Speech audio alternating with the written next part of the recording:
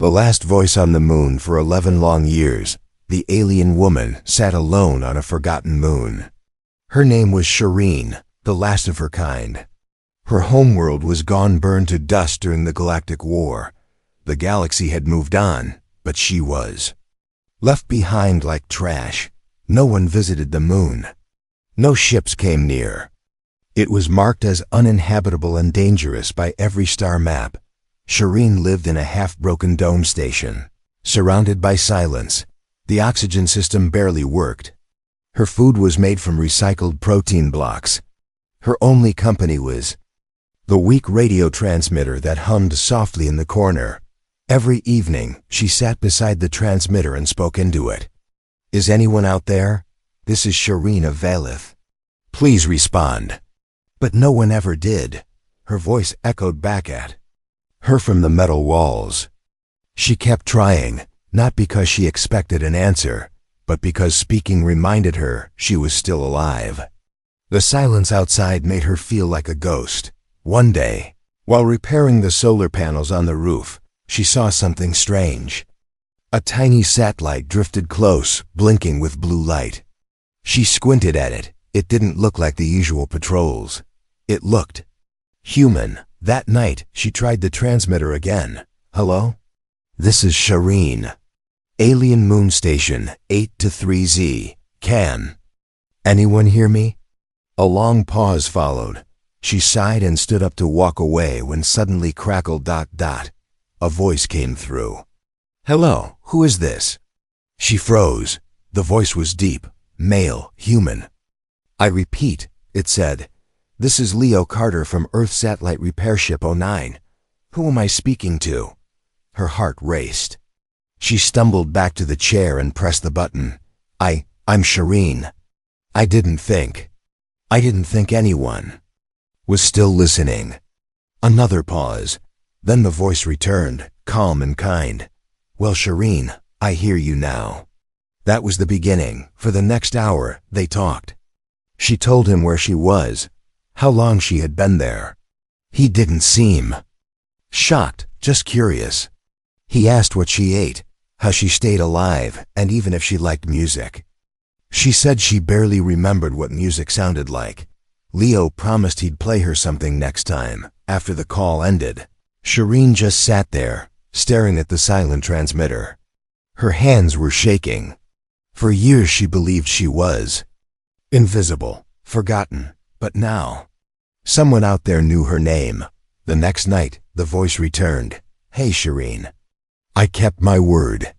Sending you a soft tune from Earth. It's called Riverlight. Let me know if you like it." She listened with her eyes closed. The melody was gentle, full of peace and sadness. For a moment, the cold moon didn't feel so lonely. Every day.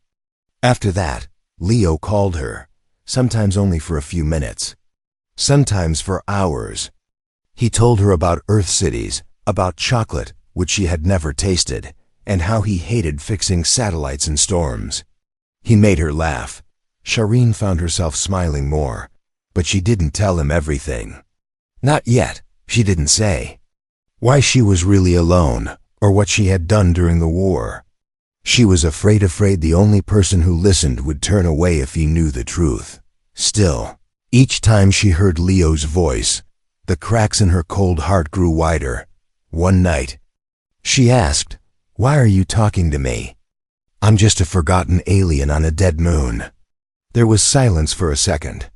Then Leo replied, "Because you sound like someone who deserves to be remembered." Shireen didn't know what to say. Outside her dome, the stars blinked like tiny eyes in the dark. Inside, for the first time in years, warmth filled her chest. Maybe, just maybe, she wasn't meant to be forgotten after all. She looked at the stars again, whispering to herself, "Leo, you're the last voice on the moon, and maybe the first one in my heart." The transmitter hummed quietly beside her, no longer a machine of sadness, but a bridge between two lost souls. Shireen sat near the transmitter, waiting. Her fingers tapped nervously on the metal table. The moon outside her dome was quiet and cold. but inside her chest, something warm had started to grow. She didn't know what to call it, that hope. It had been 5 nights since Leo's first call. He never missed a day. Always came back with new stories. Each time his voice came through the transmitter, Shireen felt less like a ghost. That night, his voice returned again. "Shireen, it's me. You there?" "I'm here," she replied quickly. "Good. I was worried. My comms glitched during an asteroid pass. Thought I might have lost you." "You didn't," she whispered, smiling to herself. Leo laughed. "Glad to hear it. So what are we talking about tonight?" Shireen hesitated. "Tell me more about Earth." He spoke for an hour. He told her about green forests, big blue oceans, and cities full of light. About ice cream, books, and funny birds called penguins. Shireen listened like a child hearing fairy tales. Then she asked something she had never dared ask before. "Do humans hate aliens?" Leo was quiet. "For a moment. Some do. Some don't. Depends who you meet." Shireen looked at the floor. "Your people fought mine. During the war, I was a soldier." "I figured," Leo said gently. She froze. "You knew?" "Yeah, the way you speak. The way you avoid some questions. It sounded like a war survivor." "You're not angry?" she asked slowly. "No," Leo replied. "You didn't shoot at me. And I didn't shoot at you. We're just two people, trying to survive the mess others made." Her eyes stung with tears, but she blinked them away. "I did terrible things during the war," she said quietly. "Things I can't forget. That's why I stayed here. No one would want me." Leo answered without hesitation. "That's not true." She looked up at the ceiling, her voice trembling. "You don't know the things I've done." "You're right, I don't," Leo said. "But I do know the person you are now. You helped keep yourself alive. You stayed kind. You reached out instead of giving up. That means something." Shireen was silent. She had waited so long to hear someone say those words, even if she didn't believe them yet. It felt good to hear. "Leo," she asked softly, "why do you talk to me every day? You don't even know what I look like." "Doesn't matter," he said with a smile in his voice. "You're someone worth knowing." No one had ever told her that. Not even before the war. "You're strange," she said, trying to laugh. "Earthlings are strange," Leo agreed. "But sometimes strange is what we need." Later that night, she told him a story. It was the story of how she lost her squad. They were trapped after a failed attack. She was the only one who made it out, but not because she was brave. She had abandoned them. "I ran," she said, voice shaking. "I saved myself. I left them to die." She waited for silence, for disgust, but Leo said nothing cruel. He only whispered, "You were scared. You're not the only soldier who ever ran. War is full of monsters, but not everyone who survives becomes one." Shireen broke down. Her hand covered her mouth as the tears came. She cried in silence, but Leo stayed on the line. He didn't speak. He didn't judge. He just waited with her in the quiet. That night, after the call ended, Shireen walked to the edge of the dome. The moon's surface stretched endlessly outside, broken only by distant craters and sharp shadows. She had stood in that spot many times before, wondering if she should open the airlock. Let the cold take her, but not tonight. Tonight, she didn't feel like giving up. Somewhere out there, a human with a warm voice and a kind heart believed she was still worth something, and maybe she was. She turned back toward the dome, the transmitter still glowing behind her. Tomorrow she would wake up early. She'd clean the station, fix the broken light, even find one of those old drawings she used to love, because Leo would call again, and she wanted to be ready. Shireen stood near the window of her small dome, watching the pale moonlight touch the dusty rocks outside. It was quiet, as always, but now the silence no longer scared her. Each day, a voice broke through that silence. Leo. His voice had become her lifeline.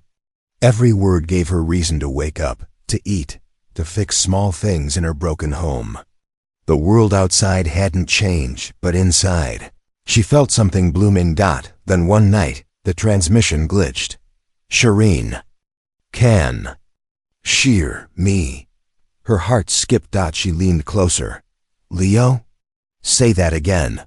Something's crackle wrong with BZZD signal. The line went dead. Shireen stared at the transmitter in shock. She tapped it, rebooted it, even smacked it once. Nothing, only static. No.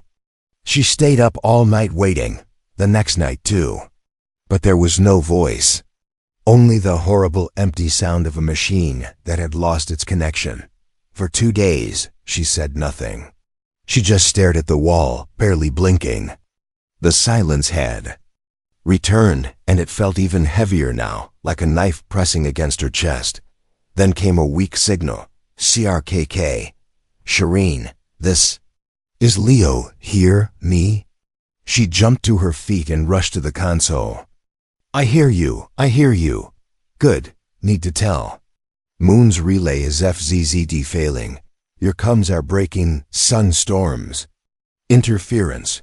Shireen bit her lip. She had noticed the flickering lights, the strange pulses on her radar, but ignored them. She didn't want to believe something was wrong. Can you fix it? She asked quickly. Not from here, Leo answered. Your relay's local. It needs to be fixed manually. Outside, near the crater ridge. Shireen froze. That ridge was dangerous. The storms there could tear off a person's suit in seconds. Even before the war, she'd only been there once and barely came back alive. Leo's voice crackled again. I can try to help you walk through it from my end, but if we lose the link again, you might not hear me anymore. Shireen stared at the radio. She thought of going back to how things were before. Total silence. No voice. No stories. No Leo. She couldn't do it. I'll go, she whispered. Just stay with me if the signal holds. Always, came the soft reply. The next morning, she suited up. The air outside was thin and dry. Her boots crunched against the dusty surface of the moon. She moved slowly toward the crater ridge, every step sending a nervous jolt up her spine. Leo kept guiding her, though the signal faded in and out. Turn left. BZZD. Follow the black rock, you'll see the cum tower. She reached it barely. The tower was old, its panels cracked. Wires sparked weakly. Shireen opened the maintenance box, coughing from the dust. She took a tool from her belt and began her work, fingers trembling. But then the wind picked up. Dust swirled. The sky above darkened. A storm was coming. Hurry. Shireen radiation surge. You have 5 minutes. Tops, Leo warned. Worked faster, remembering the training from years ago. Twist, pull, replace. Her gloves slipped, but she didn't stop. Then everything went quiet. Her helmet buzzed. No signal. No, Leo. No, she muttered. Not now, please. Her hands moved on their own, finishing the last adjustments. When she hit the reboot switch, the panel flashed green. The signal was back, and so was Leo's voice. You did it. Shireen laughed, even as tears ran down her cheeks. I thought I lost you. Not a chance, Leo replied. She returned to the dome exhausted but alive. Her body ached, but her heart felt stronger. She had faced the storm for him, for herself. Later, sitting near the transmitter again, she whispered, Leo, thank you. For what? For not giving up on me, even when everything almost broke. There was a pause. Then he said something that made her stop breathing for a second. You're not just a voice to me anymore. Shireen, you're someone I care about. Shireen looked up at the stars. She didn't know what this feeling was called on Earth, but on her world, it was rare and precious. She placed a hand over her heart, smiled, and said quietly, I think I care about you too. Asterisk Shireen had faced storms before. She had seen fire fall from the sky, watched warships explode in orbit, and fought with her own hands just to stay alive. But nothing frightened her more than silence after connection. 3 days had passed since the last time Leo's voice came through the transmitter. She tried everything, checked the signal, reset the power relays, even climbed the dome again to adjust the antenna. Nothing. The stars outside blinked like they always did, cold and uncaring.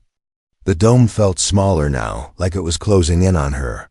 She kept looking at the transmitter, hoping to hear him say, "Shireen, you there?" But there was only silence. She told herself it was a solar flare. Or maybe the human ship drifted out of range. Maybe the storm damaged more than just the moon's relay. Maybe he was just busy. But deep inside, she feared something else. What if Leo had decided to stop? What if she had scared him away? What if her past, her war stories, were too much? On the 4th day, she sat near the window. Her hand was resting against the glass, her breath fogging up the corner. That's when she saw it. A ship. It was small, not military, not bounty hunter class. It hovered low, coming down through the pale clouds. For a moment, she didn't believe it. She blinked again and again, but it was real. The landing gear touched the dusty ground just outside the dome. Shireen stood up fast. Her legs trembled. Her first instinct screamed trap. Her hand reached for the plasma knife she hadn't touched in years. Her heart pounded so loud she could barely breathe. The airlock buzzed. A soft knock followed. And then, over the dome speaker system, a familiar voice said, "Hey Shireen, you mind opening the door?" Her knees almost gave out. "Leo?" she whispered. "Yeah, it's me." I got tired of talking through radios. She didn't move. For several seconds, she just stood there in shock. Then slowly she walked to the door and pressed the button. The seal hissed. The heavy metal slid open. And there he was. Leo Carter. Human, wearing a dusty EVA suit, helmet in one hand, soft smile on his face. He was real. Alive. Here. Shaw. Single quotes. Reen stared at him, her voice gone. She hadn't seen another living being any species for over a decade. "You're taller than I imagined," she said at last. Leo chuckled. "And you're shorter. Guess we both lose bets." He stepped inside. The airlock hissed closed behind him. He looked around. Her small dome scars on the walls, old wires, and the lonely transmitter still blinking. Then his eyes turned to her. He saw her scales, her glowing lines, the strange yet gentle look in her alien eyes, and he smiled. "No helmet. No weapon," he said softly. "I trust you." Shireen was silent. Her fingers tightened around the plasma knife behind her back. But then, slowly, she let it fall to the floor. Leo walked closer, then gently sat down near the console where she always sat. She sat across from him, unsure of what to say. He noticed the silence and nodded. "You don't have to talk. I just wanted to see you. Make sure you were okay." "Why?" she asked. "Why risk coming here? This moon is restricted. The gravity's unstable. The air is thin. And I'm no one important." Leo looked at her carefully. "You're important to me." Her heart skipped. He reached into a small pouch and pulled out something, a square package. "It's chocolate," he said. "Earth food. I thought you might like to try it." Shireen looked at the wrapper like it was treasure from a legend. Carefully, she opened it and took a small bite. Her eyes widened. This is amazing," she gasped. Leo laughed. "Told you." The moment felt simple, but to Shireen, it was everything. She hadn't shared food with someone in years. She hadn't smiled like this. Maybe ever. As the stars blinked outside the dome, the two of them sat in silence, comfortable silence. Then, quietly, Shireen whispered, "I thought I was forgotten, but you came." Leo turned his head and looked at her. "I didn't just come for you, Shireen. he said gently. I came because of you. And just like that, the woman who had lived in silence for 11 years no longer felt alone. Shireen hadn't taken off her mask in over a decade. Not the breathing mask, she didn't need that anymore. She had adapted to the thin moon air years ago. But the real mask, the one that covered her identity, her fear, and her shame, was still wrapped tightly around her soul, even when Leo entered her lonely world and sat beside her. Even when they shared stories, even when he risked his freedom just to find her, she still kept a part of herself hidden. But that night, something changed. They were sitting by the small heating unit, the warm glow dancing across the metal floor. Outside, the dust storm had passed, and the stars had returned silent witnesses in the dark. Leo leaned back, arms folded behind his head. You ever gonna show me what you really look like? He asked with a light smile. Shireen stiffened. You've seen me, she said, trying to sound casual. I'm right here. He looked at her into her glowing eyes, the faint lines along her skin that pulsed like light beneath water. I've seen your shadow, Leo replied gently. But not your truth. She looked away. My truth is ugly. Leo sat up, voice calm but strong. I don't believe that. But I do believe you're afraid I will. Shireen stood and walked toward the edge of the dome, her back to him. Her hands clenched into fists. You don't know what I've done. You don't know what I am. My people were feared, hated. I was a weapon during the war. I've seen humans die. I've made humans die. Leo stood too, but didn't walk toward her. I'm not those humans, he said softly. And you're not that weapon anymore. She turned her head, her eyes glowing faint blue in the shadows. I don't want your pity. I'm not offering pity, he said.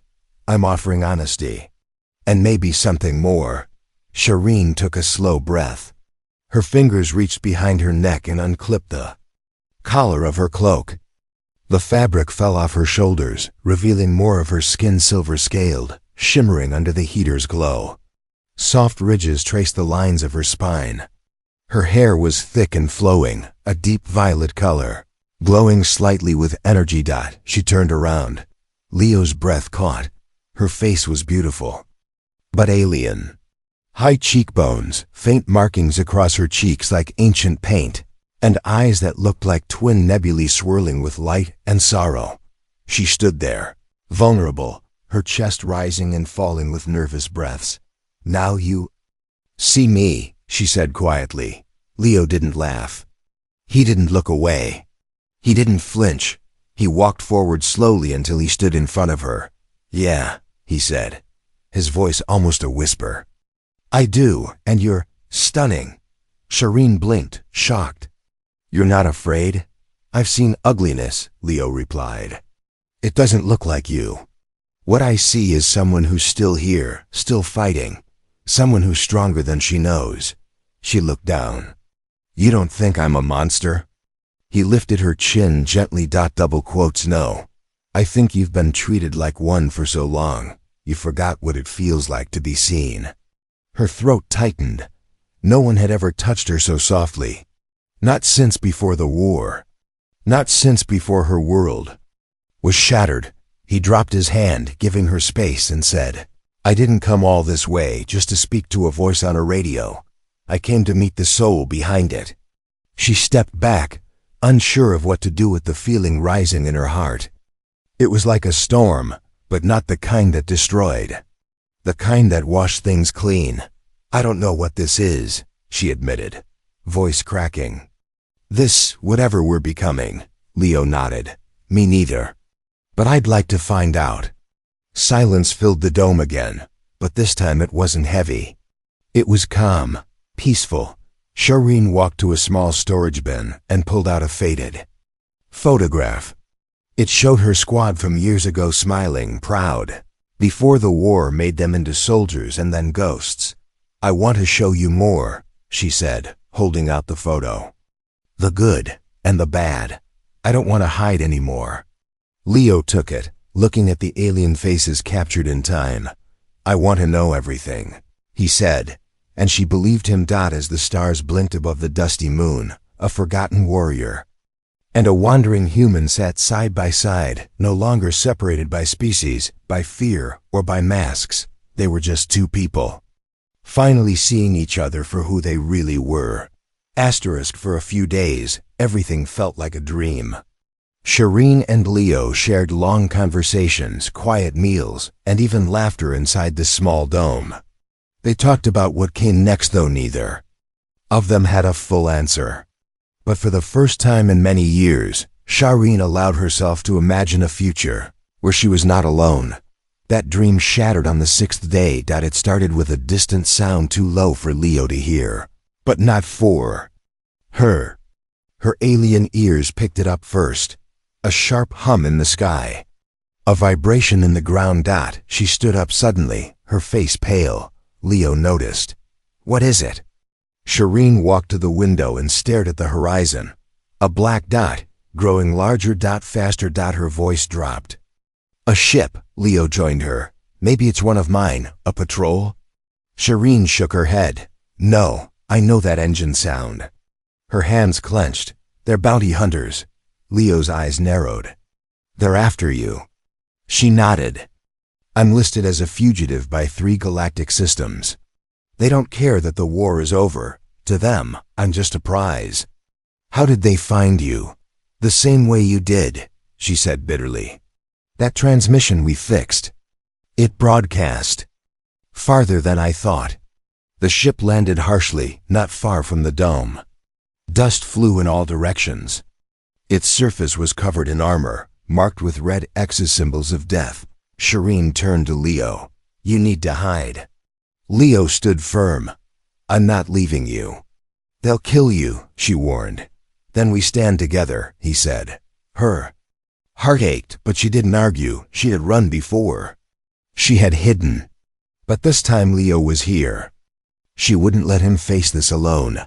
The door to the bounty ship opened with a loud hiss. 3 figures stepped out. Tall, heavily armored, faces hidden behind metal masks.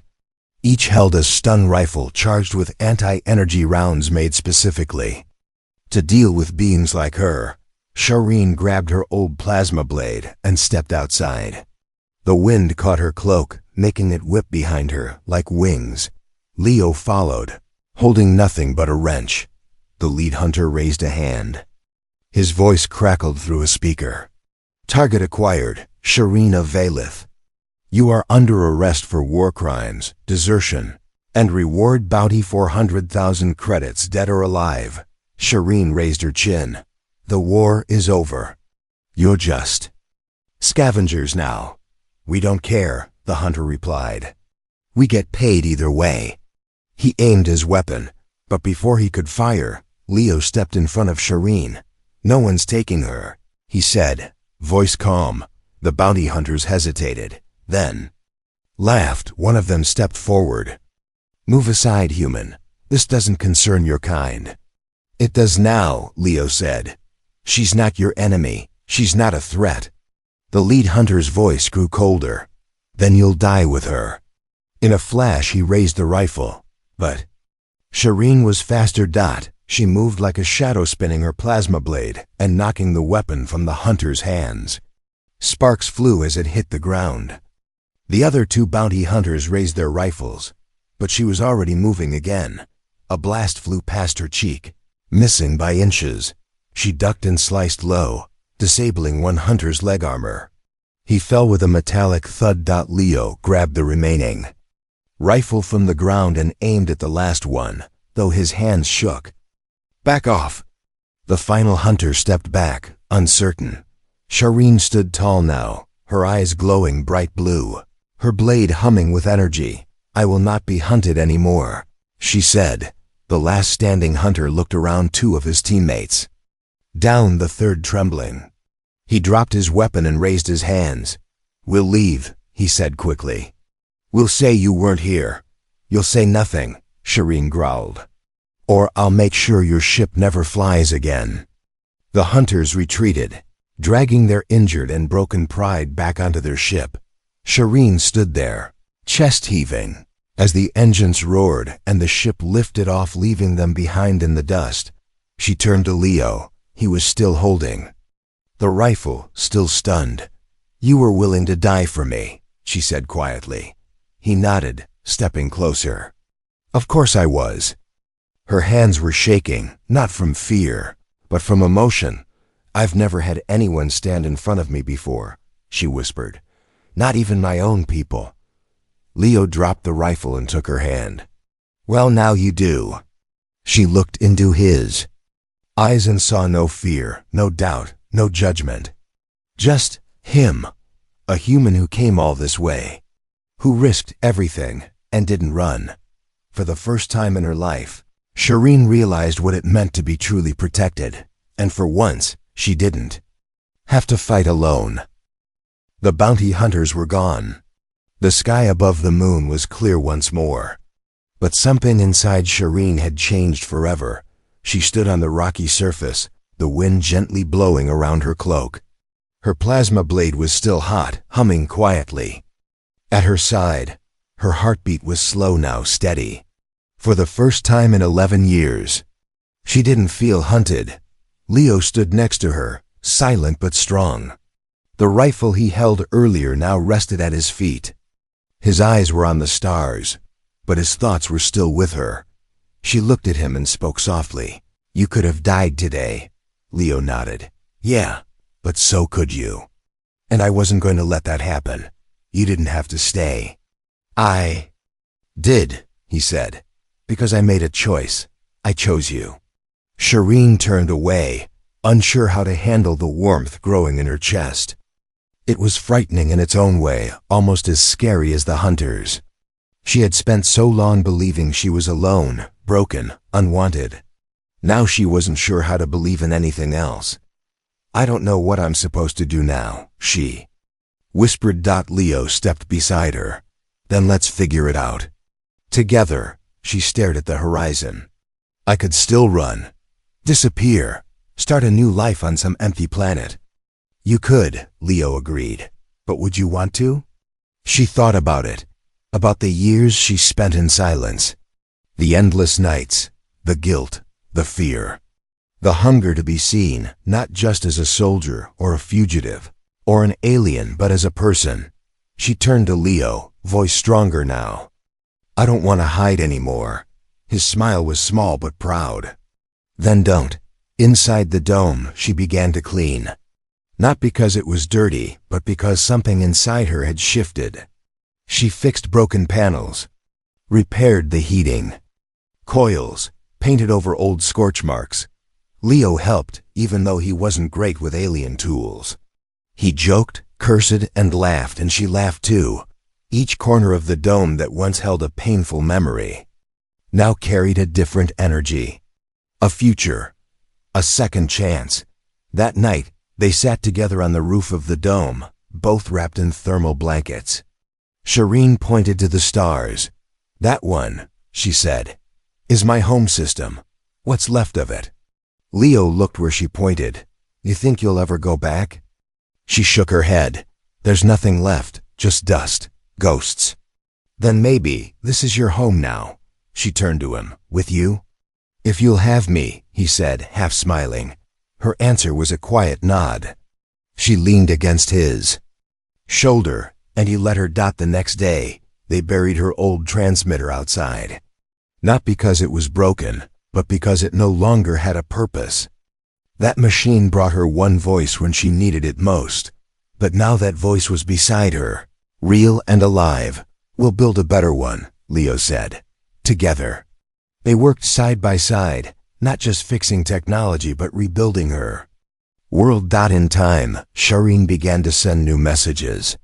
Not calls for rescue, but messages of peace. Messages to any lost soul drifting in the void, so they'd know someone was still listening. "Transmission open," she said. "This is Shireen of Moon Station 8-3Z. I'm alive. I'm not alone. And you don't have to be either. Somewhere, someone might hear, or maybe not, but she still spoke, because she had learned one simple truth. When someone sees the real you and still chooses to stay, That's when you begin to live again.